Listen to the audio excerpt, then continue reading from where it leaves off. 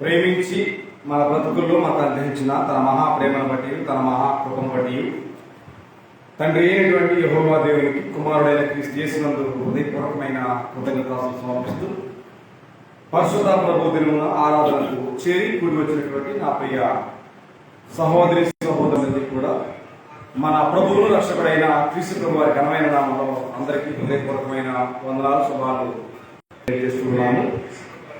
ఎంతవరకు కూడా సంఘముగా రాజ్యంగా చేరినటువంటి మనం అంతా కలిసి దేవుని ఘననామాన్ని కీర్తన ద్వారా గణపరుచున్నాం. ఈ సమయంలో మనందరం కలిసి పరిశుద్ధ గ్రంథం నుండి విలువైన శ్రేష్టమైన దేవుని మాటలు ఆలోచన చేయబోతా ఉన్నాం. ఈ దినాటి ఆరాధనలో మనం గ్రంథం నుండి దేవుని మాటలు పెట్టినాం. ఆ వినే మాట ఏంటంటే, దేవుడు మానవులను ఎందుకు విసర్జిస్తాడు? విసర్జించడం అనే మాటకు అర్థం ఏంటి? రండి, వదిలేయడం, తీసివేయడం, త్రోసివేయడం. అంటే విసర్జించేది ఏదైనా తిరిగి మళ్ళా తెచ్చుకునేది కాదు. విసర్జించేది ఏదైనా తిరిగి తెచ్చుకునేది కాదు. అలాంటి వాటిని మాత్రమే మనము విసర్జిస్తామంటాం మన దైనందిన జీవితంలో. అలాంటినే దేవుడు పాత నిబంధనలో జీవించినటువంటి భక్తులు, కొత్త నిబంధనలో జీవించిన భక్తులు ఎంతో మంది ఉన్నారు. అంటే దేవుని చిత్తాన్ని, దేవుని ఉద్దేశాన్ని ఎవరైతే తృణీకరిస్తూ ఉంటారో ఎవరిని కూడా లక్ష్య పెట్టినటువంటి దేవుడు. అలాంటి వారు దేవునికి అవసరము లేదు. అవసరం లేని వాటిని మాత్రమే మనం విసర్జిస్తామంటాం, తీసుకొస్తాం, పారేస్తాం బయట. అవసరమైన వాటిని జాగ్రత్తగా బదిలీ చేసుకుంటాం. అలాగే పరిశుద్ధ గ్రంథ ప్రకారం మనం గమనిస్తే పాత నిబంధనలు జీవించిన భక్తులు ఎంతో మంది ఉన్నారు. వారిలో ప్రముఖమైనటువంటి చరిత్ర కలిగేసేది ఇశ్రాయేలు గురించి వాక్యం ప్రాముఖ్యంగా. కాబట్టి ఇశ్రాయేల్లో ప్రాముఖ్యం మనం గమనించినట్టయితే వారు చాలా కాలం, అంటే ఇంచుమించుగా కొన్ని వందల సంవత్సరాల పరిధిలో వారు దేవుని విసిగించారు, దేవుని వ్యతిరేకించారు, దేవుని మీద తిరుగుబాటు చేశారు. అయినప్పటికీ కూడా దేవుడు వారిని ప్రేమిస్తానే వచ్చాడు, పోషిస్తానే వచ్చాడు, రక్షిస్తానే వచ్చాడు. అలాంటి సృష్టికర్త అయిన దేవుడిని వారు ఏం చేశారంట? దేవుడు ఊరకే ఏ వ్యక్తిని విసర్జించడు. దేవుడు ఏ వ్యక్తినైనా విసర్జించాడంటే ఖచ్చితమైనటువంటి న్యాయబద్ధమైనటువంటి పరిస్థితుల్లో ఉంటుంది. అంతే తప్ప మనకు నచ్చకపోతే నచ్చినట్టు, నచ్చితే నచ్చినట్టు, నచ్చకపోతే నచ్చినట్టుగా మనం ఉంటాం. కానీ సర్వశక్తుడు ఏం చేయడం? దుష్కార్యము చేయడం. సర్వశక్తుడు న్యాయము తప్పుట అసంభవం అన్నాడు యోబు గ్రంథంలో మాట. ఎందుకంటే ఆయన న్యాయాధిపతి అయినటువంటి దేవుడు కనుక ఎక్కడ ఎలాంటి పరిస్థితుల్లో మనం తప్పిపోతామో ఆ పరిస్థితులను బట్టి మాత్రమే మనలను విసర్జించేటువంటి పరిణామాలు ఉన్నాయనే విషయం మర్చిపోకండి. అయితే పాత నిబంధనలో ప్రజలు అని చెప్పేటువంటి ఇశ్రాయేలు వాళ్ళకి మన గర్వం కనపడతారు. అంటే పాత నిబంధన మొత్తం కూడా ఎవరిని చూపిస్తామని ఫోకస్ చేశారంటే ఇశ్రాయేలే జ్ఞాపకం చేస్తాం. అలాంటి ఇశ్రాయేలు అనేటువంటి వారిని ఎవరు పుట్టించారు? ఇశ్రాయేలు పుట్టడానికి, పెరగడానికి, వృద్ధి చెందడానికి కారణం ఎవరో? దేవుడా? ఇంకేమన్నా? దేవుడే. కానీ వారు ఆశ్రయ దుర్గమైనటువంటి దేవుణ్ణి విసర్జించారని, పుట్టించినటువంటి దేవుణ్ణి మరిచిపోయారనేటువంటి సందర్భాన్ని లేఖనంలో స్పష్టంగా మనతో మాట్లాడుతున్నాం. ఒకసారి ద్వితీయోపదేశకాండము 32వ అధ్యాయము 18వ వచనం మీరు గ్రంథం వచ్చి గమనించినట్లయితే, ద్వితీయోపదేశకాండము 32వ అధ్యాయము 18వ వచనంలో దేవుని మాటలు ఈ రీతిగా మనతో మాట్లాడుకుంటున్నాయి. ద్వితీయోపదేశకాండము 32వ అధ్యాయము 18వ వచనం భాగాన్ని మనం గమనించినట్లయితే, నిన్ను పుట్టించిన ఆశ్రయ దుర్గమును విసర్జించితివి అన్నాడు. నిన్ను అనే మాట ఎవరు సంబోధించబడినారంటే ఇశ్రాయేలు అనేటువంటి యాకోబు గురించి ఉద్దేశించబడింది. నిన్ను అనే మాట ఏకవచనం, బహువచనమా? ఏకవచనమే. అంటే యాకోబే ఇశ్రాయేలుకు మూల కారణం కనుక యాకోబును ఉద్దేశించి మాట్లాడుతున్న సంగతి అనమాట. నిన్ను పుట్టించిన ఆశ్రయదుర్గమును నీవు విసర్జించితివి, నిన్ను కనిన దేవుని మరచితివి అన్నాడు. అంటే యాకోబును ఉద్దేశించి మాట్లాడాడు అని అంటే ఆ యాకోబు గర్భవాసం నుంచి పుట్టినటువంటి 12 మంది గోత్రకర్తల సంతానాన్నే ఏమంటారు? ఇశ్రాయేలీయులు అంటారు. కాబట్టి ఓ యాకోబు, నీ భాగ్యం ఎంత గొప్పది అన్నాడు. యాకోబు అంటే యాకోబు గారు ప్రస్తావించింది అక్కడ పేరు యాకోబుదే, కానీ ఆ ప్రస్తావన మొత్తం కూడా ఇశ్రాయేలు అనేటువంటి యాకోబు సంతానాన్ని గురించి గ్రంథం ఫోకస్ చేస్తా ఉంటుంది. ఇక్కడదే మాట్లాడాడు. ఆశ్రయదుర్గం, నిన్ను పుట్టించినటువంటి ఆశ్రయదుర్గమును విసర్జించితివి, నిన్ను కనిన దేవుణ్ణి మరచితివి అన్నాడు. విసర్జించడం అన్నా మరిచిపోవడం అన్నా సాధారణమైన పదాలు కాదు, సాధారణమైన పదాలు కాదవి. వాటి వెనక ఎంతో బలమైనటువంటి ఉద్దేశాలు ఉంటేనే ఒక వ్యక్తి దేవుణ్ణి మర్చిపోతాడు, ఒక వ్యక్తి దేవుణ్ణి విసర్జిస్తాడు. ఆషామాసం మర్చిపోతాడా? మర్చిపోవడం, విసర్జించడం. బలమైన కారణాలు ఉంటేనే విసర్జించే ఆస్కారం ఉంది. మరి ఇశ్రాయేలు ఎందుకు విసర్జించారంటారు? దేవుణ్ణి పక్కన పెడితే మన విలాసవంతమైన జీవితానికి ఎక్కడా డోకా ఉండదు. ఎందుకంటే దేవుడు అంటాం కాబట్టి ఆయన అంటాడు అది తప్పు, వ్యభిచరించకూడదు, దొంగతనం చేయకూడదు, అబద్ధం ఆడకూడదు, పొరుగు ఆశించకూడదు అనేటువంటి దేవుని కాంక్షలు. ఆ దేవుణ్ణే పక్కన పెడితే ఏం తప్పదు? మనకి ఫుల్ ప్రైవసీ కదా. అలాంటి పరిస్థితులు వారు ఆలోచనలు చేసి నిన్ను పుట్టించిన ఆశ్రయదుర్గమును విసర్జించితివి, నిన్ను కనినటువంటి దేవుణ్ణి మరచితివి అని అన్నాడు. దేవుని మరణమే కాదంట, దేవుని ప్రజలు పరిశుద్ధంగా, నీతిగా, న్యాయంగా నడవడం కొరకు ఏర్పడినటువంటి ధర్మశాస్త్రం అనే చట్టాన్ని కూడా వారు విసర్జించారు అనేటువంటి భావాన్ని గ్రంథం మనకు బోధిస్తూ ఉంది. దయచేసి రాజుల 2వ గ్రంథం 17వ అధ్యాయం 15వ వచనం చూడగలిగితే, రాజుల 2వ గ్రంథం 15వ అధ్యాయం 15వ వచనం భాగం, అదే 17వ అధ్యాయం 15వ వచనం భాగాన్ని, రాజుల 2వ గ్రంథం 17వ అధ్యాయం 15వ వచన భాగాన్ని, రాజుల 2వ గ్రంథం 17వ అధ్యాయం 15వ వచన భాగాన్ని చదవబోతామన్న మీ సమయంలో 17 చూడండి. అక్కడ ఏమైంది?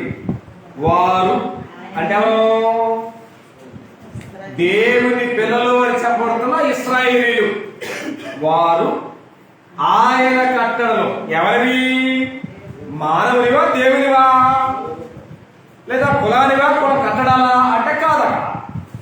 కులానికి సంబంధించినవి కాదు, కుల కట్టడలు కాదు, మనుషుల యొక్క కట్టడలు అంతకంటే కాదు కనుక సర్వ సృష్టికర్త అయినటువంటి యెహోవా దేవుని కట్టడలు. అదే చెప్తున్నాడు, ఆయన కట్టడలు తమ పితరులతో చేసినటువంటి నిబంధనను వారు చేశారంట. నిబంధనను ఆయన తమకు నిర్ణయించిన ధర్మశాస్త్రమును విసర్జించి అన్నాడు. ఎంత డేరుంటే ఒక మానవుడు దేవుని విసర్జిస్తాడు, దేవుడు మానవులకు ఏర్పడిన ధర్మశాస్త్రాన్ని విసర్జిస్తాడు. విసర్జించి వ్యర్థమైన దానిని అనుసరించి అన్నాడు. వ్యర్థమైన దానికంటే అర్థం ఏంటంటే దేనికి పనికి రానటువంటి నిష్ప్రయోజనమైనటువంటి ఉద్దేశాలకు ఇశ్రాయేలు తిరిగి వెళ్ళారు అన్న భావాన్ని గ్రంథం వరకు బోధిస్తూ ఉంటాయి. అంటే సృష్టికర్త అయిన దేవుని విడిచిపెట్టారు, విసర్జించారు. ఆయన వారి మేలు కొరకు ధర్మశాస్త్రం అనేటువంటి ఒక చట్టాన్ని కూడా వారికి అనుగ్రహించాడు. ధర్మశాస్త్రాన్ని వదిలేశారు, దేవుణ్ణి వదిలేశారు. కానీ దేవుని యొక్క ఆలోచన ఏంటంటే మీరు నాకు ఏమైంటారు? పరిశుద్ధమైన జనముగా, యాజక రూపమైన రాజ్యముగా అన్నాడు. నిర్గమకాండ 19:15 ఈ మాట రాయబడింది. మీరు స్వకీయ సంపాద్యమవుతుందని చెప్తూ మీరు నాకు, అంటే ఇశ్రాయేలు గురించి మాట్లాడారు, మీరు నాకు యాజక రూపమైన రాజ్యంగా ఉంటారు, పరిశుద్ధమైన జనంగా ఉంటారు అని దేవుడు ఆలోచించాడు. దేవుడు దాని వరకే వారి సంతానాన్ని దినదినము తెలియమనగా వర్ధిల్లింప చేసుకొచ్చారు. అయితే దేవుడున్నారు, దేవుని విసర్జించారు. దేవుడు చట్టాన్ని ఇచ్చాడు, చట్టాన్ని విస్తరించాడు. అంత మాత్రమే కాకుండా ఆయన మనసులో ఉన్నటువంటి గొప్ప కార్యక్రమం ఏంటంటే, నేను వారికి, ఎవరికి, నేను ఇశ్రాయేలుకి సదాకాలం రాజుగా ఉండాలనుకున్నాడు. నిర్గమాకాండం వారు బయలుదేరినప్పుడు అనుకున్నాడు ఆయన. ఏమనుకున్నాడు? మీరు నాకు యాజకరూపమైన రాజ్యం అన్నాడు. రాజ్యము అని అనగానే ఎవరు కావాలి? రాజ్యానికి ఒక రాజు కావాలి, రాజ్యానికి చట్టం కావాలి, ఆ రాజ్యంలో ప్రజలు ఉండాలి. రాజ్యంలో ప్రజలు ఉండాలి, రాజు కావాలి, చట్టం కావాలి. రాజు ఎవరు? ఇక్కడ దేవుడైనటువంటి యెహోవాయే రాజుగా వారి మధ్యలో ఉన్నారు. రాజ్యం ఏంటి? ప్రజలే రాజ్యము. ఆ ప్రజలకు చట్టం ఏంటి? ధర్మశాస్త్రం. ఓకేనా? మనం చదివే దివ్యకాలంలో ఆశ్రయదుర్గమైన దేవుణ్ణి మీరు విసర్జించితిరి, నిన్ను కనిన దేవుణ్ణి మరచితిరి అనే మాట చదివాం. అంత మాత్రమే కాకుండా ఆ ప్రజల యొక్క క్షేమం కొరకే దేవుడు ఏర్పాటు చేసేటువంటి ధర్మశాస్త్రాన్ని కూడా వారు వేశారట, విసర్జించారు అన్నాడు. దేవుని ఆలోచనలో ఉన్నటువంటి సత్యం ఏంటంటే, నేను సదాకాలం రాజుగా ఉండాలని అనుకున్నారు. ఆయన కోరిక, ఆ కోరికను నెరవేరడానికి ఆస్కారం ఉందా? ఏం జరిగిందో అన్నది ఒక్కసారి మనం రాజుల మొదటి గ్రంథం 8వ క్షమించండి సమూయేలు మొదటి గ్రంథం, సమూయేలు మొదటి గ్రంథం 8వ అధ్యాయం 7వ వచనాన్ని మీరు చూస్తే మాట్లాడుతున్న సందర్భం. సమూయేలు మొదటి గ్రంథం 8వ అధ్యాయము 7వ వచనంలో ప్రవక్త అయినటువంటి సమూయేలు దగ్గరికి ప్రజలు వచ్చారు. ఎవరా ప్రజలు? ఇశ్రాయేలు వచ్చి ఏమడుగుతున్నారు? సకల జనుల మర్యాద చొప్పున మాకు ఒక రాజును నియమించుకొని కోరుతున్నారు. ఇప్పటిదాకా రాజు ఎవరు? యెహోవాయే రాజు, యెహోవాయే పరిపాలన చేస్తున్నాడు ధర్మశాస్త్రం అనే చట్టాన్ని అనుసరించి. కానీ వారికి భౌతిక సంబంధమైన కోరిక వచ్చింది. సకల జనుల మర్యాద చొప్పున మా ఒక రాజుని నియమించుమనే ప్రశ్న ఎవరు అడిగారు? ఇశ్రాయేలు ఎవరు అడిగారు? ప్రవక్త అయినటువంటి సమూయేలుని అడిగారు. సమూయేలు ఏం చేశాడు? దేవునికి ప్రార్థన చేశాడు. ప్రజలు ఇలాగ అడుగుతున్నారు, మరి ఏం చేద్దాం అనేటువంటి తీర్మానం కోసం ఆయన దేవునికి ప్రార్థన చేశారు. ప్రార్థన చేస్తే దేవుడు ఇస్తున్నటువంటి సమాధానం ఏంటో ఇప్పుడు మనం చదవబోతున్నాం ఈ సమయంలో. సమూయేలు మొదటి గ్రంథం 7వ అధ్యాయము 7వ వచనం. అందుకు యెహోవా సమూయేలునకు సెలవిచ్చినది ఏమనగా, జనులు నీతో చెప్పిన మాటలన్నింటి ప్రకారం జరిగించు. ఏం చెప్పారు ఇప్పటిదాకా ప్రవక్త సమూయేలుకి? మాకు సకల జనుల మర్యాద చొప్పున మాకు రాజుని నియమించండి అన్నారు. అంటే కంటికి కనిపించే రాజు కావాలని వారి కోరిక. దేవుడేమో ఆత్మ సంబంధంగా వారి పరిపాలన చేస్తున్నారు, లీడ్ చేస్తారు. అది వారికి నచ్చలేదు. వారికి భౌతిక సంబంధంగా కంటికి కనబడేటువంటి రాజు కావాలని వారి కోరిక. వారి కోరిక చొప్పునే అప్పుడు మాట్లాడుతున్నాడు, వారు నీతో చెప్పిన మాట ప్రకారంగా జరిగింపుము, వారు నిన్ను విసర్జింపలేదు అన్నాడు. నిన్ను అనేవాడు ఎవరి? ఇశ్రాయేలీయులు నిన్ను విసర్జించలేదు అన్నాడు. ఎవరిని? వారు అంటే ఇశ్రాయేలీయులు. నిన్ను అనే పదం అక్కడ ఎవరికి అప్లై చేస్తారు? మనం సమూయేలుకి అప్లై చేస్తాం. ఎందుకంటే అక్కడ ఆ సందర్భంలో ఉన్నటువంటి సమూయేలు అనేటువంటి వ్యక్తి 3 కేటగిరీల్లో ఇశ్రాయేలు ప్రజలకు సేవలు చేశారు. ఒకటి న్యాయాధిపతిగా, 2 ప్రవక్తగా, 3 యాజకుడుగా. ఈ 3 క్లిష్టమైన పరిస్థితుల్లో ప్రవక్త అయిన సమూయేలు ఇశ్రాయేలుకు సేవ చేశారు. ఆ సందర్భాన్ని పురస్కరించుకొని దేవుడు మాట్లాడుతున్నాడు, వారు నిన్ను ఎప్పుడు విసర్జించలేదు, కానీ తమ్మును ఏలకుండా నన్ను విసర్జించాలన్నటువంటి వ్యాధులను అక్కడ వ్యక్తం చేస్తున్నారు. చూడండి, చూడండి అక్కడ మాట్లాడుతున్నాడు, వారు నిన్ను విసర్జింపలేదు కానీ తమ్మును ఏలకుండా నన్నే విసర్జించిరి, వారు నన్ను విసర్జించిరి అని ఎంత బాధ వ్యక్తం చేస్తున్నాడో మనకు అర్థమవుతుంది. దేవుణ్ణి విసర్జించారు, వారి క్షేమం కొరకు ఏర్పాటు చేసిన ధర్మశాస్త్రాన్ని విసర్జించారు, తర్వాత రాజుగా ఉండకుండా కూడా ఆయన్ని విసర్జించారు. వారు విసర్జించారు అంటే కారణం ఏమని చెప్తాం? కారణం ఏమని మనం అనుకుందాం. ఏ వ్యక్తి అయినా ఒక వ్యక్తిని విసర్జిస్తే ఖచ్చితమైన కారణాలంటూ ఉండకుండా ఉంటాయా? ఉంటాయి ఖచ్చితంగా.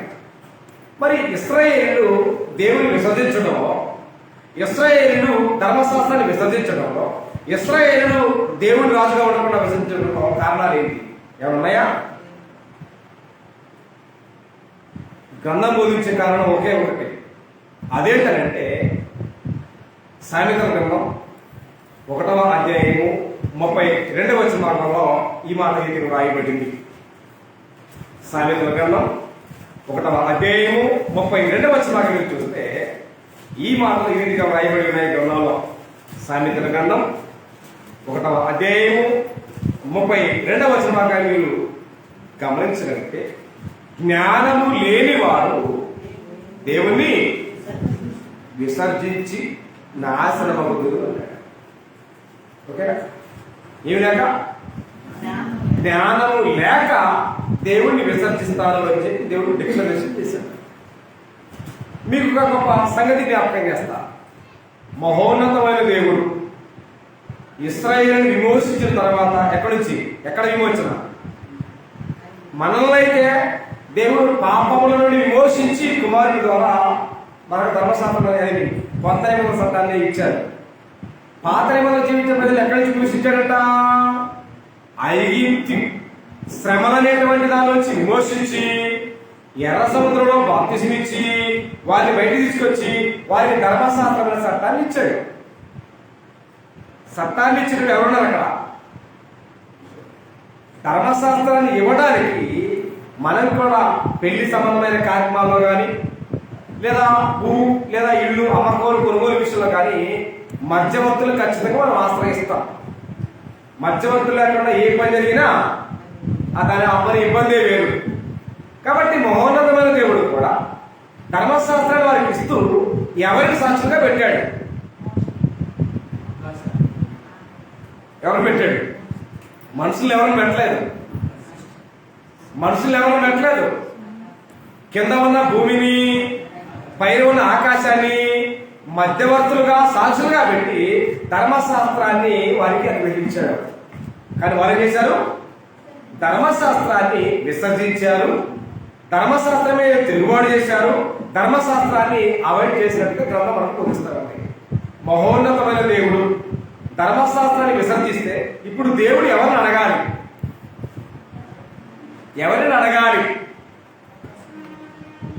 ఎవరి సాక్షులు? ఆకాశ భూమి. ఎవరెవరిని అడగాల? ఆకాశ భూమిని అడగాల. కాబట్టి యెషయా గ్రంథంలో 1వ అధ్యాయం మాట్లాడతాడు, ఆకాశమా ఆలకించు, భూమి చెవియెత్తు, నేను పిల్లలను పెంచి. ఎవరా పిల్లలు? ఇశ్రాయేలులే. నేను పిల్లలు పెంచి పెద్దవారిగా చేసింది, కానీ వారు నా మీద ఏమంటారు? తిరగబడి ఉన్నారు. ఎద్దు తన కామందు ఎరుగును, గాడిద తన సొంతవారి దగ్గర ఎరుగును, కానీ నా ప్రజలకు ఏం లేదు, తెలివి లేదు అన్నాడు. తెలివన్నా, జ్ఞానమన్నా, వివేచనన్నా అన్నీ కూడా తెలుగులో పర్యాయ పదాలు తప్ప కాదు. కానీ నిజంగా దేవుని ఆలోచన ఏంటంటే జ్ఞానం కావాలని దేవుడు కోరుతున్నాడు. జ్ఞానం లేని వారు ఏం చేస్తారంట?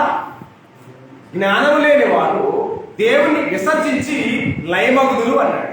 ఇక్కడ ప్రజలకు ఏమి లేదు, ఆ జ్ఞానమే కొరతగా ఉంది అని చెప్పి వచ్చారు.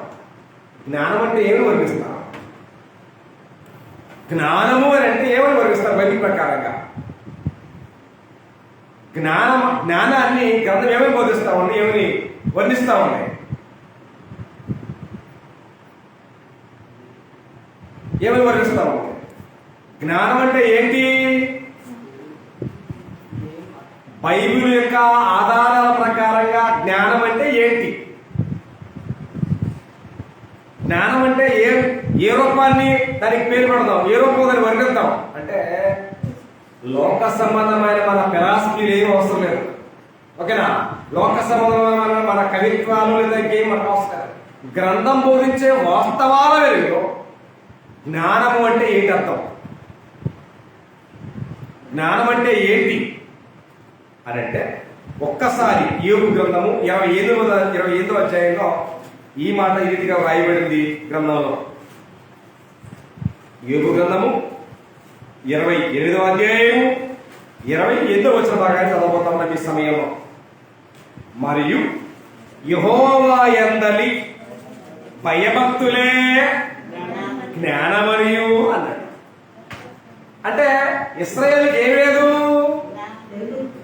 భయభక్తులు లేవు.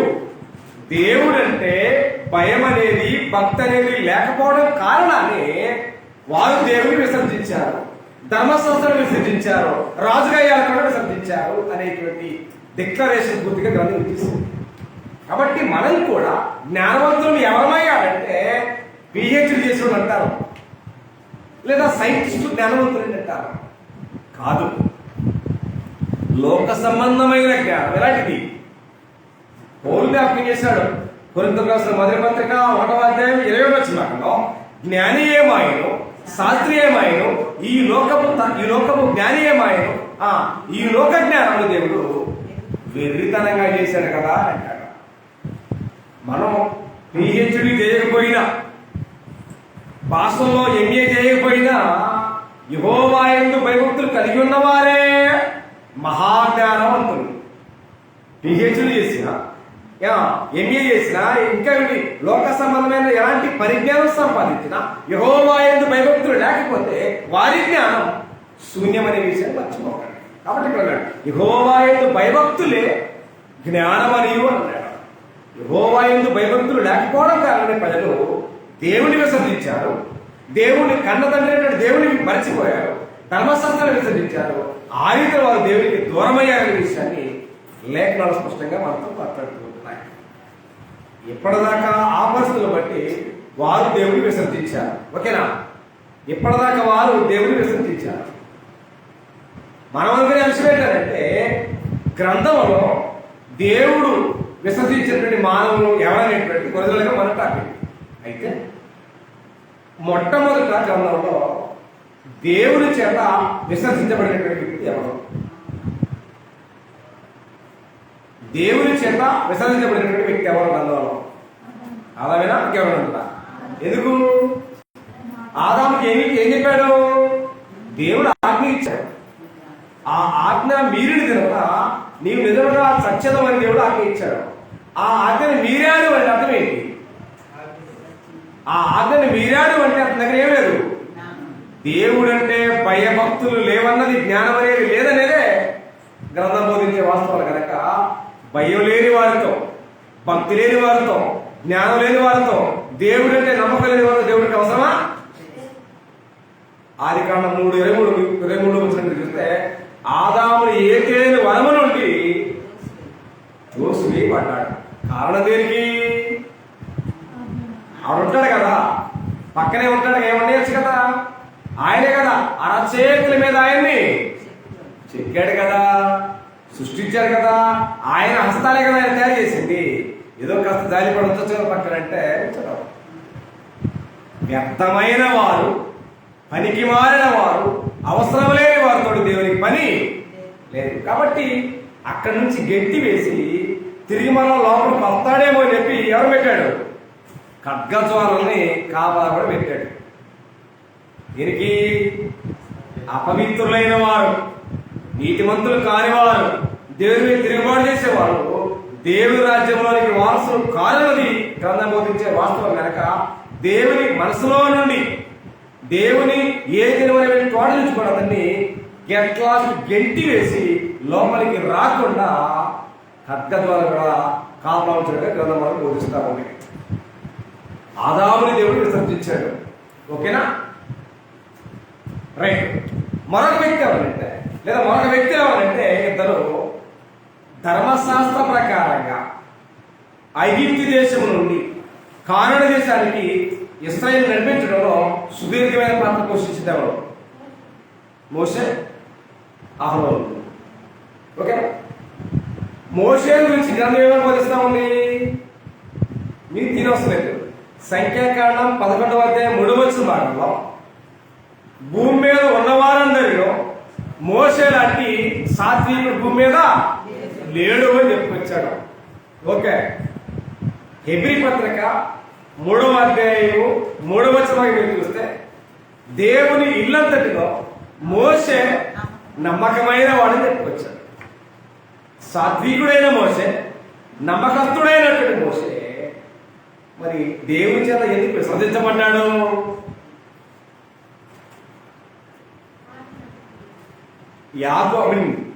మన మూలమిత్రుడైనటువంటి అబ్రహాము దేవుడు వాగ్దానం చేశాడు. ఏమని? నీ సంతానానికి, అంటే నీకు కాదు, నీకు ఛాన్స్ లేదు, నువ్వు వెళ్ళలేదు, ఎందుకంటే నీకు చేసావు కాబట్టి నీ సంతానానికి ఏమిస్తాను? పాలు తేనెలో ప్రవహించే కానాను దేశాన్ని ఇస్తానని దేవుడు వాగ్దానం చేశాడు. ఆ వాగ్దానం ఎవరికి వారిప్పుడు? అబ్రహాం చేసిన వాగ్దానమే. అదే వాగ్దానం తిరిగి మరి ఎవరు చేశాడు? అబ్రహాం చనిపోయిన క్షణమే ఇస్సాకు చేశాడు. ఇస్సాకు చనిపోయిన క్షణమే ఎవరు చేశాడు? యాకోబు చేశాడు. యాకోబు గర్భవాసం నుంచి పుట్టినటువంటి 12 గోత్రాల సంతానానికి కానాను దేశం ఇస్తానని వాగ్దానం మిగిలిపోయింది. ఆ కానాను దేశం చేరాల. వీళ్ళు ఎవరున్నారు? వీళ్ళు ఐగిప్తులో ఉన్నారు. ఐగిప్తులో ఉన్నటువంటి వ్యామోహం అంతా తినడం, త్రాగడం తప్ప ఇక మరొకటి తెలియదు. తినడం, త్రాగడం, జలస తప్ప మరొకటి తెలియదు. కాబట్టి ఇప్పుడున్నటువంటి లోకలాగా ఉన్నట్టు అర్థం ఏంటంటే నోవాహు జనపడిన ప్రజలు కూడా అదేనంట. జనాలు తిరుటకు, త్రాగుటకు లేచినట్టు చెప్పబడింది గ్రంథంలో. నోవాహు జనపడిన ప్రజల పరిస్థితి ఏంటో, తర్వాత ఇశ్రాయేలు పరిస్థితి కూడా అదే పరిస్థితి ఇప్పుడు ట్రెడిషనల్ పరిస్థితి. తినడం, త్రాగడం, తినడం తప్ప రెండో పని 2 చేసే ప్రపంచానికి లేదు ఉండదన్నది వాస్తవం. అలా వారిని 40 సంవత్సరాలు సుదీర్ఘంగా నడిపించాడు. ఎవరైనా ఎన్నో శ్రమలు. ఎవరికి?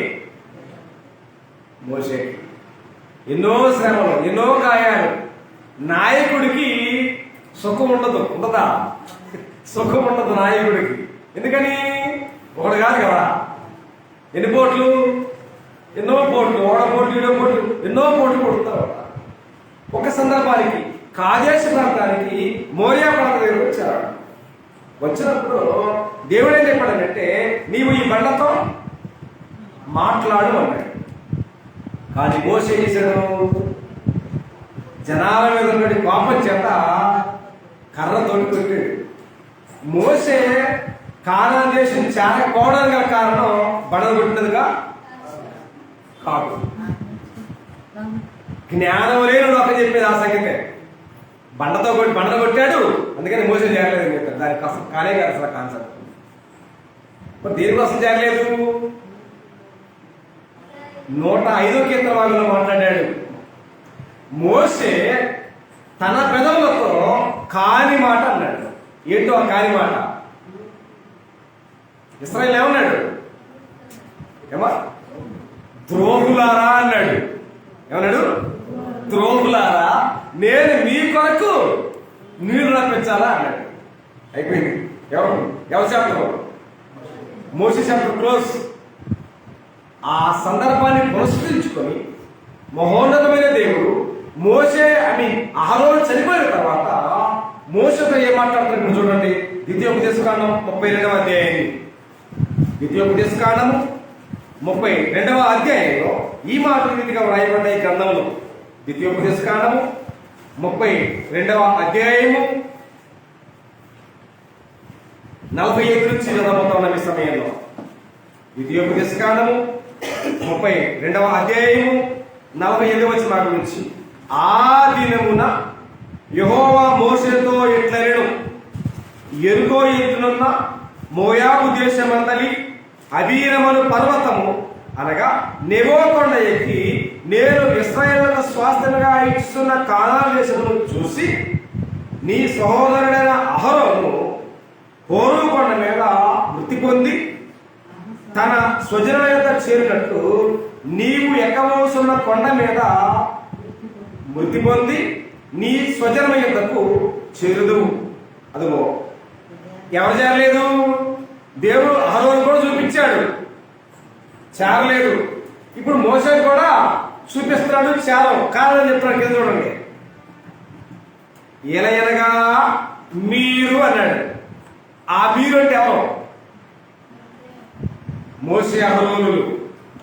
మీరు ఎక్కడ సందర్భాలు కూడా జ్ఞాపకం చేస్తున్నాడు. మీరు సీను అరణ్యములో కాదేశు మోరియా నీళ్ల యొక్క ఇశ్రాయేలుల మధ్య అన్నాడు. ఎవరా ఇశ్రాయేలు?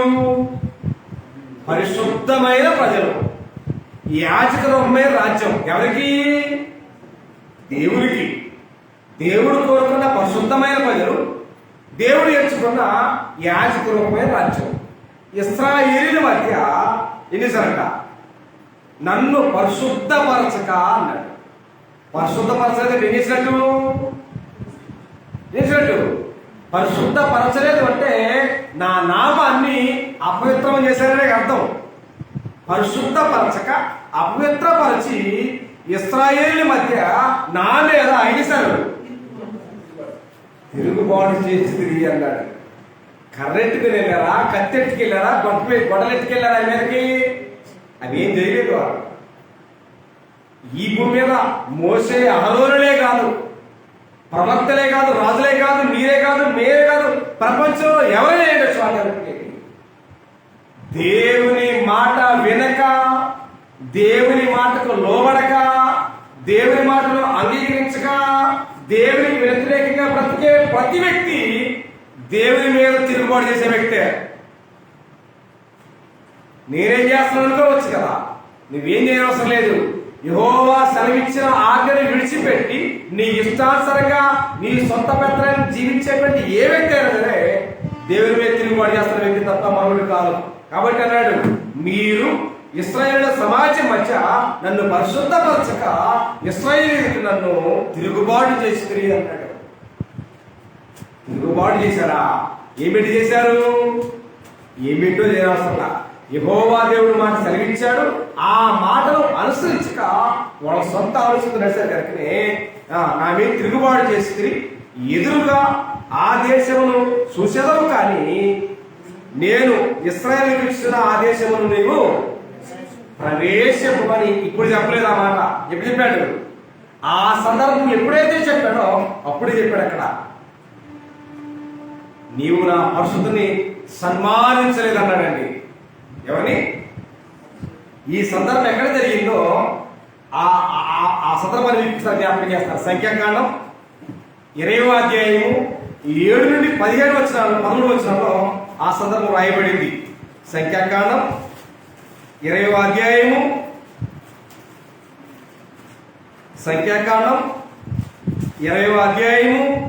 7వ వచనం నుండి 13 వచనాలు కూడా అది కంటిన్యూషన్ జరిగింది. నేను 12 వచనాలు చదువుతున్నాను, సమయం కాదు. అప్పుడు యెహోవా మోసే అహరోనుతో, మీరు ఇశ్రాయేలు కన్నుల ఎదుట నా పరిశుద్ధతను సన్మానించినట్లు మీరు నన్ను నమ్ముకొనకపోతిరి అన్నాడు. అంటే నా మాట మీద నమ్మకం లేక మీరు విసుగుకొని సడుగుకొని ద్రోహులారా అని చెప్పి బండన కొట్టడం వల్ల మీ అసహనం ఏంటో, మీ అవిధేయత ఏంటో, మీ ఉద్దేశం ఏంటో నాకు అర్థమైంది. కాబట్టి మీరు అట్టి పరిశుద్ధ పవిత్రమైన కార్యదర్శి చేరడానికి మీకు అర్హత, నైతికమైన అర్హత లేదు కనుక, ప్రయాసపడ్డారు కనుక కొండకి దేశాన్ని చూపిస్తా, కళ్ళను చూపిస్తా, అది కాలు పెట్టేదని చెప్పి ఆ రోజు దేవుడు శపథం చేశారు. ఏ మాదిరి దేవుడు చెప్పాడో ఆయన ఎవరు కాదు, అబద్ధమాడడానికి ఆయన మానవుడు కాదు, పశ్చాత్తాపడటానికి ఆయన నరపుత్రుడు కాదు. ఆయన మాట ఇచ్చి స్థాపించకుండునా అని అన్నాడు. మాట ఇచ్చాడు. ఎవరికి? మీరు కళ్ళతో చూస్తారు, కాలు పెట్టలేవు అన్నాడు. అదే మాట అహరోను చనిపోయాడు. ఇప్పుడు ప్రజెంట్ లైవ్ లో ఎవరున్నారంటే మోసే ఉన్నాడు. మోసే నువ్వు కూడా చూడు, నీ అన్న చూశాడు కానీ చేపలేదు, నువ్వు చూడు నువ్వు కూడా చేప. మోసే సాత్వికుడు అని చెప్పి, మోసే దేవునిలో నమ్మకమైన వాడని చెప్పి, అంతటి సాక్ష్యాన్ని పలికినటువంటి భక్తుడికే ఏం లేదు అవకాశం లేకపోతే ఇవాళ మొత్తామర్థంగా తెలిసినట్టుగా నటించేటువంటి భక్తి భ్రమలో బ్రతికేటువంటి క్రైస్తవులకి ఏడంత గమ్యం ఉందా? భ్రమలో బ్రతకటమే. నిజాలకి వెళ్తే జీరో, భ్రమలో బ్రతికేస్తాయి తప్ప మరొకటి కాదు. నీ దేవునితో నడవడం అనేటి మాట, దేవుని ఆరాధించమనే మాట, క్రైస్తవులు అనేటువంటి మాట పెదాలలో పెట్టుబడి అక్కడ రావచ్చు, కానీ ఆ పని వెనక, ఆ భారం వెనక ఉన్నటువంటి ప్రయాస అది ఎవరికి అర్థమైంది? వాళ్ళ గ్రంథం మోసే వాళ్ళకి అర్థమైందా? గ్రంథం మోసే వాళ్ళకి ఏం అర్థం కాదు. గ్రంథములో ఉన్నటువంటి నిజమైన సత్యాన్ని నేర్చుకొని ఆ నేర్చుకున్న సత్యాన్ని హృదయాలకు అప్లై చేస్తే కదా అర్థమయ్యేది. అన్నం వండడానికి, కూర వండడానికి, పాకం పడటానికి ఏం ఉపయోగిస్తారు? ఇవాళంటే గట్ల చిల్లండి. అన్నం వండడానికి, కూర వండడానికి, పాకం పడటానికి ఏం వాడేవాళ్ళు అంటే తెడ్డు వాడేవాళ్ళు. తెడ్డుకి ఏం తెలిసింది? రుచి తెలిసిందా? తెలీదు. ఆ తెడ్డుతో తీసి నేలకు టచ్ చేస్తే అప్పుడు అర్థమైంది అనిపిస్తుంది. ఇవాళ గ్రంథాలు మోసేవాళ్ళు కూడా సట్టులో తిరిగేటువంటి తెడ్డులాగా తప్ప దానిలో ఉన్నటువంటి వాస్తవాలు తిరిగేటువంటి అజ్ఞానం ఆకాశానికి కట్టేస్తున్నాయి. గ్రంథం బోధించే వాస్తవాలు ఒకలాగా, మనం జీవించేటువంటి జీవిత విధానాలు ఒకలాగా ఉంటే కనుక మోసే లాంటి నాయకుడిని తీసి పక్కన పెట్టినటువంటి దేవుడు మరి మన జీవితాల గురించి ఏంటో నువ్వు ఊహించినట్టుగా, నువ్వు ఆలోచించినట్టుగా, మనం భ్రమించినట్టుగా లేదు ఇక్కడ. కాబట్టి మహోన్నతమైనటువంటి దేవుడిని సన్మానించకపోతే, గౌరవించకపోతే, పొగడకపోతే, మయపరచకపోతే గట్లాస్ చెప్పినటువంటి కనుక దేవుడైతే మరి వాళ్ళ మనం ఏదో ఉత్తామదిని బతికేటువంటి భక్తులకి పలకమేది ఉందంటారా? ప్రబల బతకటమే. కాబట్టి మీరు దేవుని పిల్ల మోసే సాత్వికుడని చెప్పాడు, మోసే కూడా దొరకలేదు. అంత మాత్రమే కాకుండా అబ్రహాము కుమారుడు ఇస్సాకు ఉన్నారు. ఇస్సాకు కుమారులు ఇద్దరు ఏవాళ్ళు? ఎవరు పెద్ద? ఏశావు పెద్ద, చిన్నవాయన ఎవరు? యాకోబు. ఒకళ్ళే పుట్టారు అనుకోండి, జ్యేష్ఠుడే అవకాశం ఉందా? కుటుంబంలో ఒకళ్ళే పుట్టారు అనుకోండి, జ్యేష్ఠుడు అవుతాడా? ఏమంటారు? ఏకైక అంటారు. ఒకళ్ళని మించితే 2 కానీ 3 కానీ 4 కానీ 5 కానీ ఉంటే పెద్దవాళ్ళని జ్యేష్ఠుడు అంటారు. వాళ్ళకి జ్యేష్ఠ భాగం ఇచ్చేవాడిని ఇప్పుడు లేదు లేదు, జ్యేష్ఠ భాగం ఇచ్చేవాడు. కాబట్టి ఆ జ్యేష్ఠత్వం అనేటువంటి ఆశీర్వాదం ఎక్కడ ఉంది? దేవుడు అవసరంగా అప్పగించాడు. ఏశావు చేతికి దేవుడు అప్పగించాడు, అవునా కదా? ఏశావు చేతికి అప్పగించాడు, జ్యేష్ఠత్వం అనే ఆశీర్వాదాన్ని అప్పగించాడు. అర్థమైందా? అర్థమైందా? భౌతిక సంబంధమైనటువంటి దీవెన అనే దాన్ని ఏశావుకు అప్పగించాడు దేవుడు. అది అర్థం కావట్లా. కొత్త నిబంధన క్రైస్తవ్యానికి ఆత్మ సంబంధమైన ఆశీర్వాదం అనే కాన్సెప్ట్ ఇక్కడ అప్పగించాడు. అర్థమైందా? అది వాళ్ళకి అర్థం కాలా, ఇది వీళ్ళకి అర్థం కావట్లా. అర్థం కాకపోతే తప్పేది దేవుడిది కాదు కదా. అర్థం కావడానికి దేవుడు ఏమిచ్చాడు? ఆకాశం కంటే బుద్ధిని ఇచ్చానని, భూజంతుల కంటే జ్ఞానాన్ని ఇచ్చాడని దేవుడు మాట్లాడుతున్నాడు. అలా మాట్లాడిన దేవుడు మీరు వాటిలో ఉండొద్దు అన్నాడు. ఎవరిలాగా? గాడిదలాగా, కంచె గాడిదలాగా ఉండొద్దు అన్నాడు. అంటే అర్థమేంటి? వాటికంటే ఘనమైన వారు కనుక మన ఆలోచన కానీ, మన ఉద్దేశం కానీ, మన ఉనికి కానీ, మనం చేసేటువంటి కార్యకలాపాలని వాటికంటే గొప్పగా ఘనంగా ఉండాలని దేవుడు కోరుకుంటాడు. ఉందా? ఇరిమియా గ్రంథంలో మాట్లాడాడు, జనులు జ్ఞానం లేని వారై పశుప్రాయులైరి అన్నాడు. అంటే అర్థమేంటి? పశువు యొక్క ఆలోచనకి, మానవుని ఆలోచనకి, పశువు యొక్క ఉద్దేశానికి, మనిషి ఉద్దేశానికి, మనిషి ప్రవర్తనకి, పశు ప్రవర్తనకి తేడా. కాబట్టి పశుప్రాయులు నేర్పిస్తారు దేవుడు.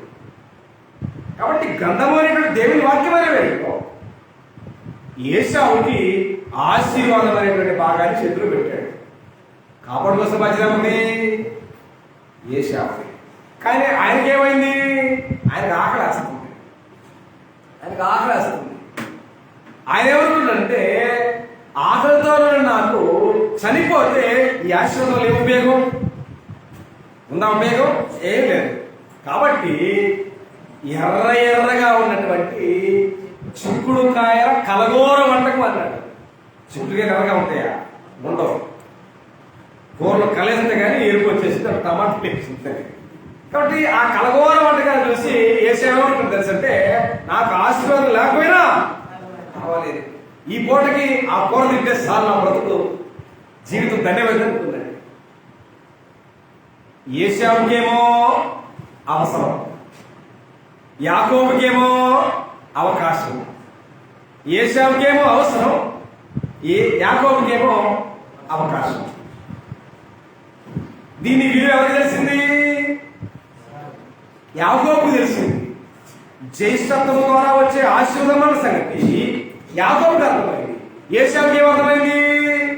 ఎర్రగా కంటి కనబడుతున్న కూర తప్ప ఏం అర్థం కావట్లేదు ఆయన. ఇవాళ నేటి క్రైస్తవ్యం మారామని చెప్పుకున్న క్రైస్తవులు కూడా ఏశావుకి ఏం కనపడింది?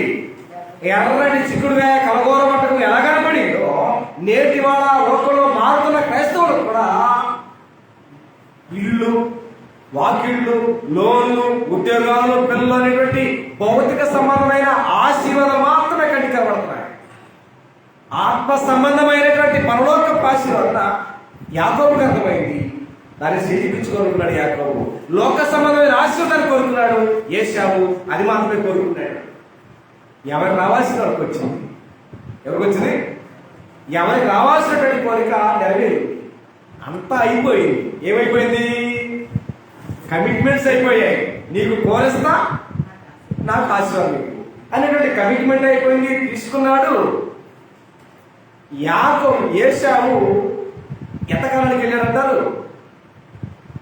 తన తండ్రి అయినటువంటి ఇస్సాకు దగ్గర యాకోబు ఆశీర్వాదం పొందిన తర్వాత ఎంతకాలానికి వెళ్ళి ఉంటాడంటారు? మీరు చెప్పండి. యాకోబు దగ్గర తండ్రి అయినటువంటి ఇస్సాకు దగ్గర యాకోబు జ్యేష్ఠత్వం అనేటువంటి ఆశీర్వాదాన్ని పొందిన తర్వాత ఎంతకాలానికి ఏసే వెళ్ళి ఉంటాడంటారు? ఎంతకాలానికి వెళ్ళి ఉంటాడు చెప్పండి? ఎంత కాలానికి వెళ్ళుంటాడు? ఈ చరిత్ర అంతా మీకు తెలుసు. ఇస్సాకు దగ్గర యాకోబు జ్యేష్ఠత్వం అనేటువంటి ఆశీర్వాదం పొందిన తర్వాత ఏశావు ఎన్ని రోజులకు వెళ్ళాడా, నెలలకు వెళ్ళాడా, గంటకు వెళ్ళాడా, సంవత్సరాలకు వెళ్ళాడా అని అంటే గ్రంథంలో అయితే తక్షణమే వెళ్ళాడంట.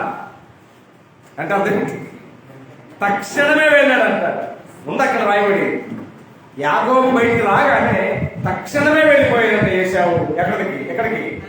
తండ్రి దగ్గరికి. ఇంకేమన్నా ఏమీ లేదో ఇప్పుడు చూడండి. హెబ్రీ పత్రిక 12వ అధ్యాయము, హెబ్రీ రాసిన పత్రిక 12వ అధ్యాయము 15 రాయబడి సత్యమేట చూడండి ఒకసారి. లేదా 16 వచనాలు. ఒక పూట కూటి కొరకు చూడండి. నేటి ప్రపంచానికి పిచ్చి పట్టింది. అదే కూడు కుంభాలమ్మ దేవుడి గురించి ఆలోచించే పరిస్థితి లేదు. హెబ్రీ పత్రిక 12వ అధ్యాయము 16 వచనాలు. ఒక పూట కూటి కొరకు జ్యేష్ఠత్వ హక్కును అమ్మివేసినటువంటి ఏశావు వంటి భ్రష్టుడైనను వ్యభిచారి అయినను మీ మధ్య ఉండునేమో అని జాగ్రత్తగా చూసుకున్నట్టు. నేడున్నటువంటి ఇంత టెక్నాలజీతో డెవలప్ అవుతున్నటువంటి ఈ పరిస్థితుల్లో కూడా చర్చిలో జనాలు ఫుల్ ఉండేది. ఇప్పుడు తెలుసా?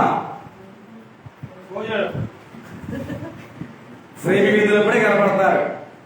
తర్వాత కూర్చొని ఖాళీగా ఉంటే మన గురించి కదా మనం ఎప్పుడు పెట్టాలి. అసలు ఆ తరగతి మంద కాదు. కానీ లోకమనే పనులు మనం చూస్తే చర్చిలో భోజనాలు అనగానే చర్చిలో భోజనాలు కుర్చీలు పట్టడం, బయట కూడా టెంట్లు వేయాలి. అదే భోజనం లేకపోతే జనాలు ఉండవు. ఎక్కడ చూడండి, ఏ ప్రాంతం చూడండి, భోజనాలు ఉంటే అటెండెన్స్ గొప్ప కొట్టదు. భోజనాలు లేకపోతే తేడా కనపడింది. భోజనాల ప్రాంతరే, పలహార ప్రాంతం.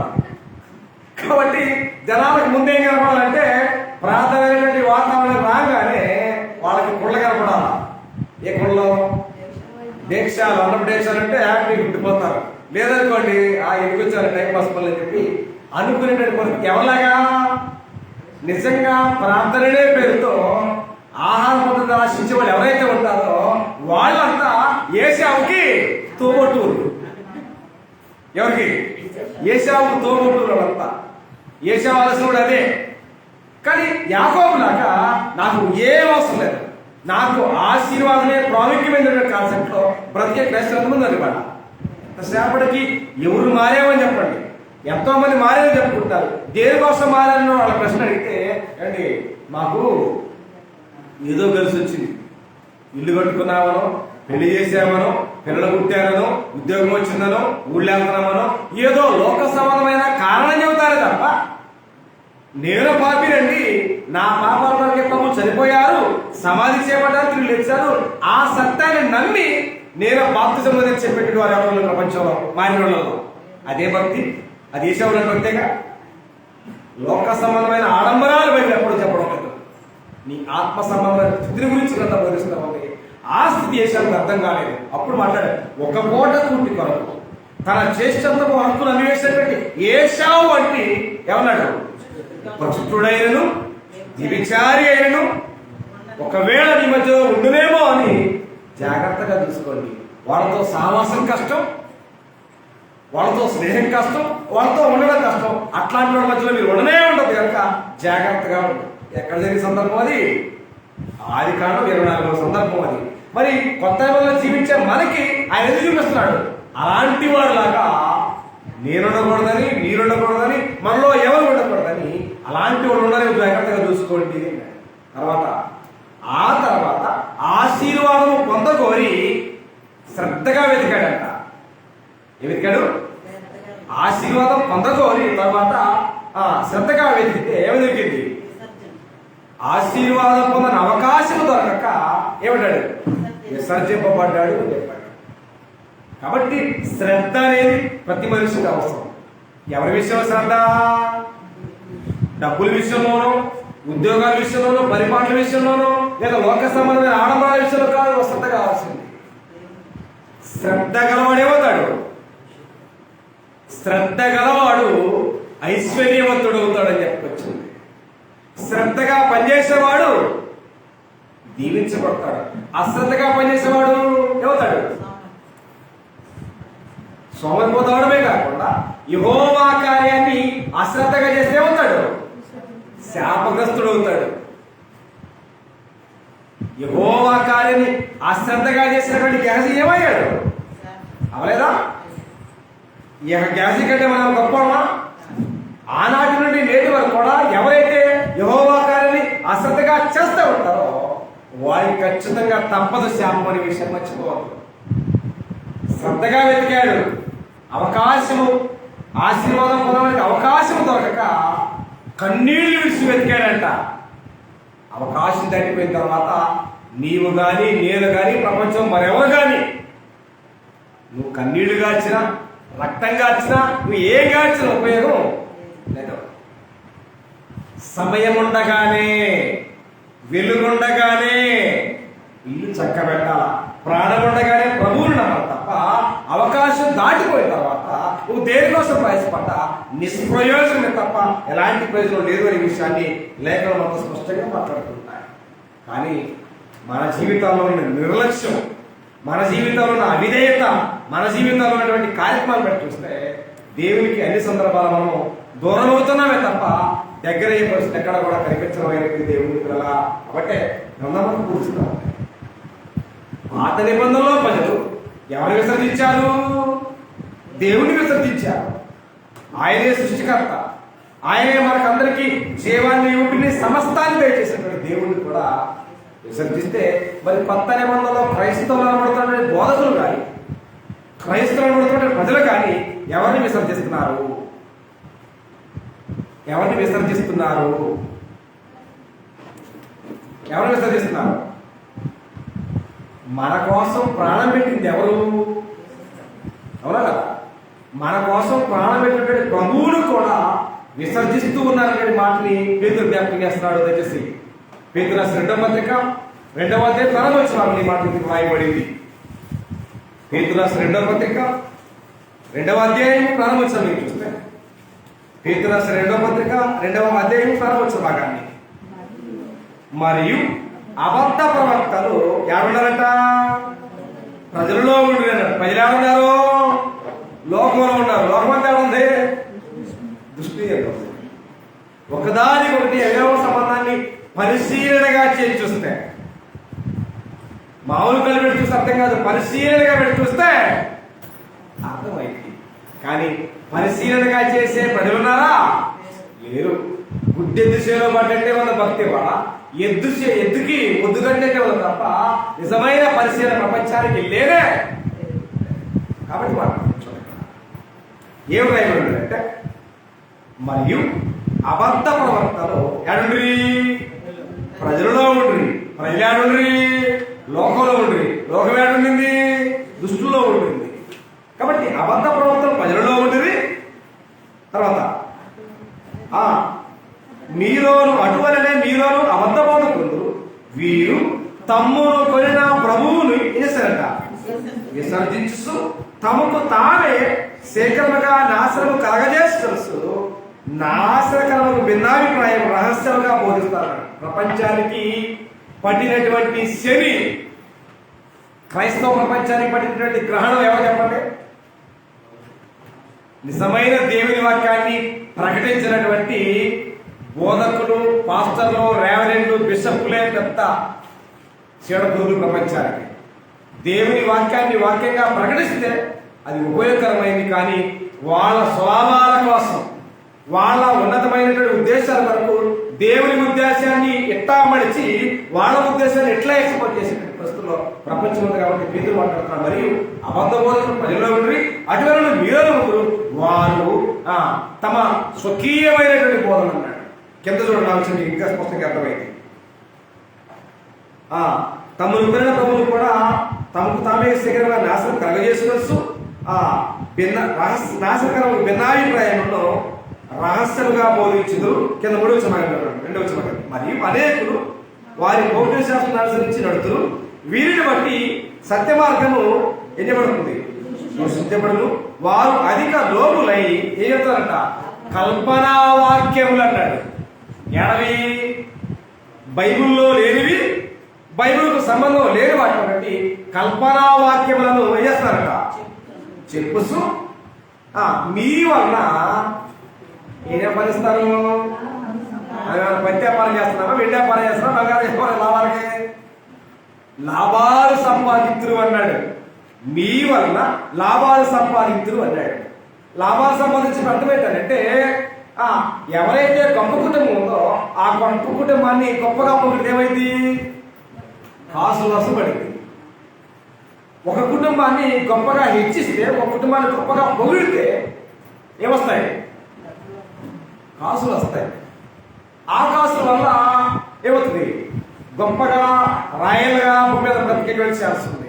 ఇవాళ క్రిస్టియాని పరిస్థితుల్లో ప్రపంచము దేవుని వాక్యాన్ని బోధించి ఆ వాక్య ప్రకారం జీవితాలను మార్చాలన్న లక్ష్యమే లేదు. అడుక్కునేవాడు వస్తాడు, వాడు ఎన్నో మాటలు చెబుతాడు. దేనికోసం? వాడి కాలంలో వెళ్ళేసుకోవడానికి చెప్తాడు. ఇవాళ ప్రపంచంలో బైబిల్ పట్టుకొని బోధించే భక్తులు కూడా కేవలం దేవుని ఉద్దేశాన్ని ప్రకటించేవారుగా లేరు. వాళ్ళ దేవుని ఉద్దేశమని పేరుతో చెప్పుకొని కేవలం వాళ్ళ స్వప్రయోజనం కోసం చేయకూడనటువంటి బోధనలు ఉన్నాడు. తీర్పుతో ఉన్నాడన్న వాటి సంగతి. అనేకులు విశేషముగా సున్నతి సంబంధులను, అవిధేయులను, వదలబోతులను మోసపుచ్చువారు అయినారు. అట్టి వారిలో ముగింపులను వారు ఉపదేశింపకూడని వాటిని దుర్లాభం కనుక ఉపదేశించు కుటుంబాలే పాడు చేస్తున్నారని పౌలు తీర్పుతో చెప్పాడు. 1వ అధ్యాయం 9 మాట రాయబడింది. కాబట్టి వాళ్ళ బోధనని కూడా ఒకేలాగా ఉన్నాయని, బోధంతా ఒకటేనని, సంఘాలు ఒకటేనని భ్రమలో ఎవరు బ్రతకొద్దు. బైబిల్ వేరు, లోకం వేరు. బైబిల్ ఉద్దేశం వేరు, లోకంలో బోధించే ఉద్దేశం వేరు. కాబట్టి దానిని పరిశీలనగా చదవగలిగితేనే బాగుంటుంది. కాబట్టి విషయంలో యెహోవా గ్రంథమును పరిశీలించి చదువుకోమన్నాడు. ఏదో గుడ్డ దిశపడ్డట్టు కట్టేటంటే ఏదవుతాం. శ్రద్ధగా ఏముంది, ఎవరితో మాట్లాడుతున్నాడు, ఎవరు మాట్లాడుతున్నారు, ఎవరి గురించి చెప్పినటువంటి విశ్లేషణగా చదవగలిగితేనే మనం ప్రయోజకులు అవుతాం, ఆత్మ సంబంధం దేవుని పొందుతాం. లేదు అన్ని ఒకటే కామెరలో చూడగలుగుతుంటే మన జీవితానికి మనమే ఉత్తరవాదులు తప్ప మరొకటి కాదన్నాడు. ఇప్పుడు అదే చెప్పాడు. మన తమ్ముడు గారి ప్రభువులు కూడా విసర్జించారు. అక్కడే పాత నిబంధనలో యెహోవా దేవుడిని విసర్జిస్తే ఇవాళ కొత్త నిబంధనలో మన ప్రాణాల కోసం ప్రాణం పెట్టడానికి వచ్చినటువంటి యేసు ప్రభువును కూడా విసర్జించారు అని చెప్పాడు. మరి మనమే విసర్జించాలా? ఇవాళ మనమే విసర్జించాలా? మనిషి యొక్క మనసులో ఉన్న బలమైనటువంటి ఒక నాశనం చేసే ఒక ఆయుధం ఉంది, చెప్పగలరా? మనిషిని అన్ని సందర్భాల్లో నాశనం చేసే ఒకే ఒక వెపన్ ఏంటి చెప్పండి?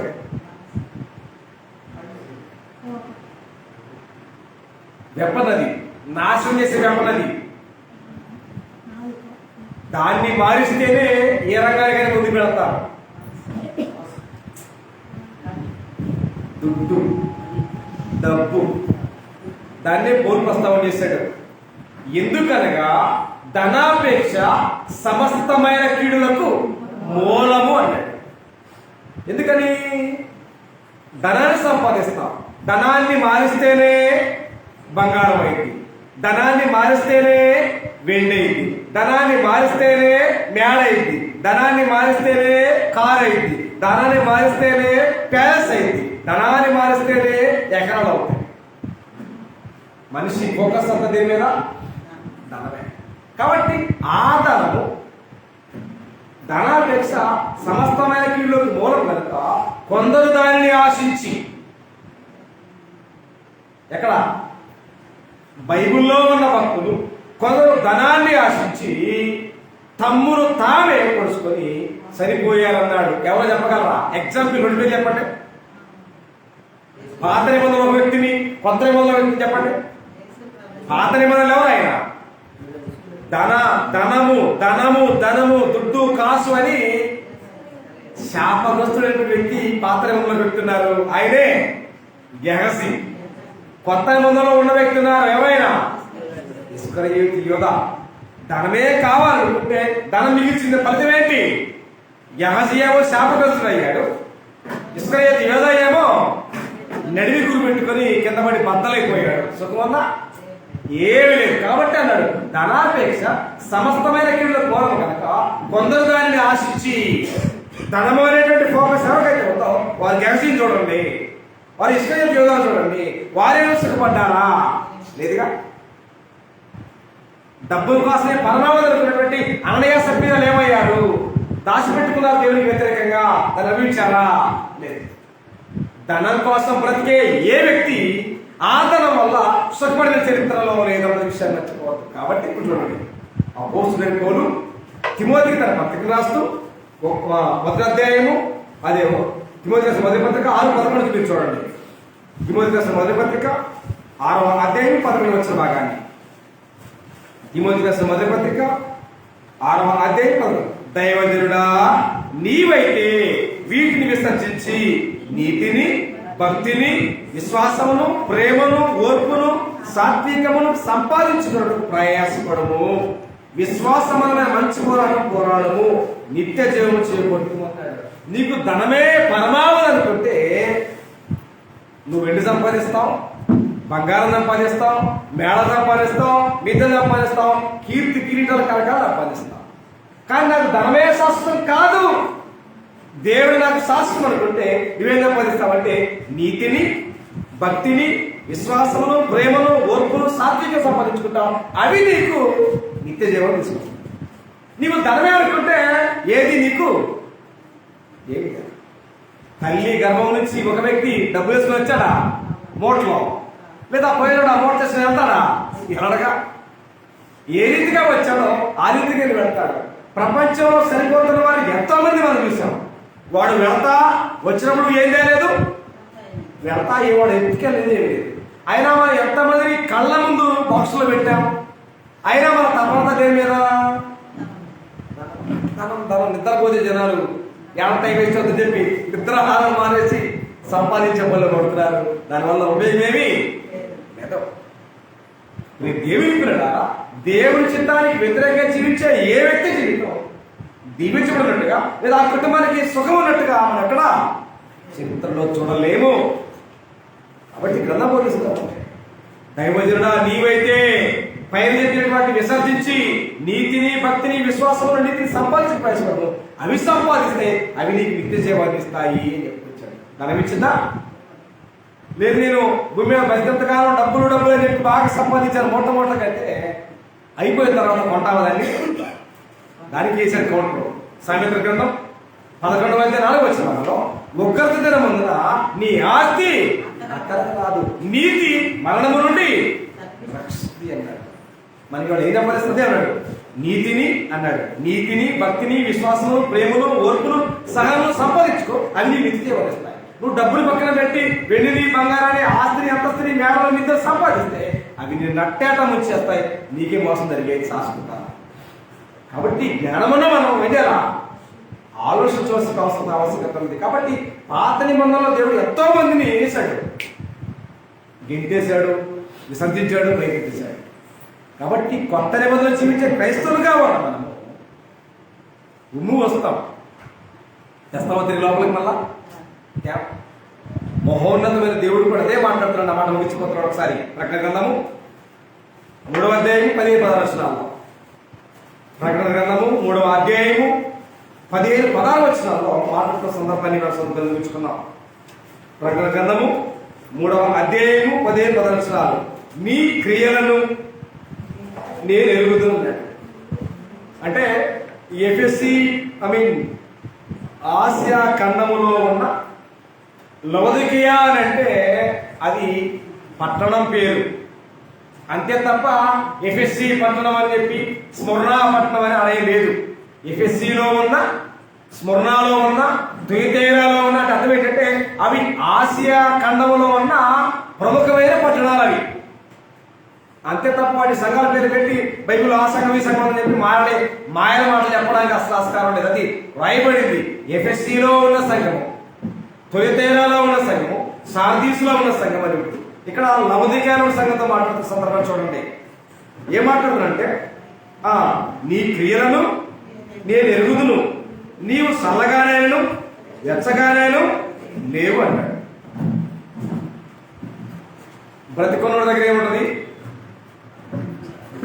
వెచ్చగా ఉంటుంది. చచ్చుడి దగ్గర ఏముంటుంది?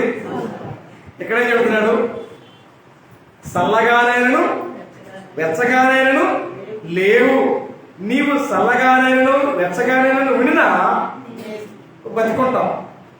చల్లగా ఉన్నా వెచ్చగా ఉన్నా బ్రతికుంటాం. కానీ నిలువెచ్చని జీవితంతో అయితే ఏ ఉపయోగం లేదని మాట్లాడుతుండేమాట. నీవు వెచ్చగానేను చల్లగానేను ఉండక నులివెచ్చనగా ఉన్నావు కనుక నేను నిన్ను నా నోటి నుండి ఉమ్మివేయని ఉద్దేశించాను అన్నాడు. అలాంటి దుస్థితి, అలాంటి దుష్పరిణామాలు ఏ క్రైస్తవుని జీవితంలో రాకుండా ఉండాలి అంటే ఎవరు జాగ్రత్త పడాలా? దేవుడే మనమా? మనమే. నేను జీవించే నా జీవితం దేవునికి వ్యతిరేక దిశలో ఉందా, అనుకూలమైన దిశలో ఉందా? దేవుడు నన్ను విసర్జించాడా, నేను దేవుడు విసర్జించాడా? ఏ దిశలో మనం కొనసాగుతున్నామని బట్టి జ్ఞానం కలిగి వివేకం కలిగి తెలివి కలిగి మనం ఏం చేసుకోవాలా? విమర్శ చేసుకుంటే తీర్పు పొందక తప్పించుకునే చాలా అవకాశం ఉంటాయి. భ్రమలో బతికితే, అజ్ఞానంలో బతికితే, భయం భక్తిలాగా బతికితే మన జీవితానికి మనమే మొత్తవాదులుగా, దోషులుగానే మనం దేవుడిగా నిలబడాల్సిన పరిస్థితి ఉంది. ఎందుకంటే మన జీవితంలో పొరపాటు లేకపోతే మనం దేవుని నిలబడగలం. అదే యవనస్తులు బతకడం. మన హృదయం మన మీద దోషారోపణ చేయలేదా మనము దేవుని ఎదుట ధైర్యం గలవారమైంది అన్నాడు. ఆదాముకు ఆ ధైర్యం ఉందా? మరి దేవుని నిలబడడానికి మనకు ఆ ధైర్యం ఉందా, ఉండదా? ఉండాలి అనుకుంటే మన హృదయం మన మీద అంజకూడదు. దోషారోపణ చేయకున్నట్లు మన జీవితాన్ని మనం విమర్శ చేసుకుంటూ దేవుని మహిమార్థమైన కుటుంబాలుగా ప్రతి ఒక్కరి కుటుంబాలు ఎదగాలని, వర్ధిల్లాలని ప్రభు పిల్లలను బట్టి నరునిగా చర్చించుకుంటూ మన అందరి పేరుతో హెచ్చరిస్తూ ఈ అవకాశం నాకు ఇచ్చిన దేవునికి హృదయపూర్వకంగా కృతజ్ఞతలు సమర్పిస్తూ ఈ వాక్యం శ్రద్ధగా అందరికీ కూడా నా హృదయపూర్వకంగా తెలియజేస్తూ నా మాట ఇస్తున్నాను. ప్రార్థన